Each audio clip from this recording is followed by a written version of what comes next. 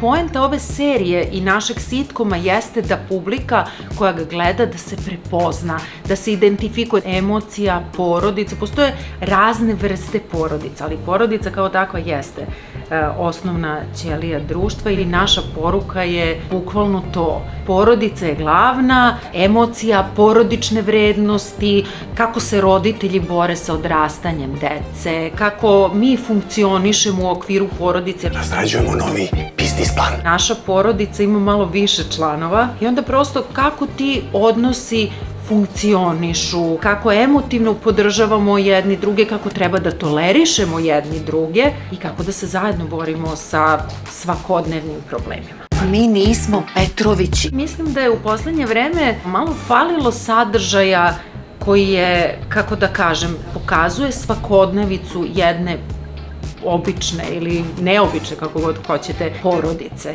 sa svakodnevnim problemima.